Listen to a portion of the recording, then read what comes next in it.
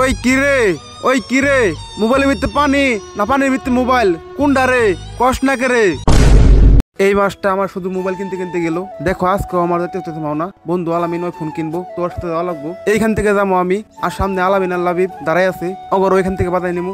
রমজান মাস মুড়ে এসে কোনো গাড়ি পেলাম না, তো কি করাতে ভাবতে হতে দেখা হইলো আমার খুশাদের লগে। ও আবার নতুন গাড়ি কিনছে, ভাবলাম ওর গাড়িতে যাওয়া যাক। তারপর ওর কাছে গেলাম আর ওরে বললাম তুই নতুন গাড়ি কিনছো বেড়া, এখন আমার চড়াইলি না। যাই হোক ও বুঝ যাই গেলো, আমি কি খবর চাই। তারপর চলে আসলাম ওর গাড়িতে বাজারে এসে দেখে আলামিন আমার আগে এসে পড়ছে, লাবিব এখন হয় নাই। তো একটা উঠোনে চলে আসলাম, লাবিব যে রাস্তা যাবো ওই রাস্তার সামনে। আচ্ছা আয় ব্রিজের কাছে যাই বলছি গাড়ি না আইতেছে, গাড়ি দেয় বলছি আস্তে আয় বেড়া এমনি গেছে গাছাটা। আরে বাবার তো মুড়া মানুষ। গেলাম গা।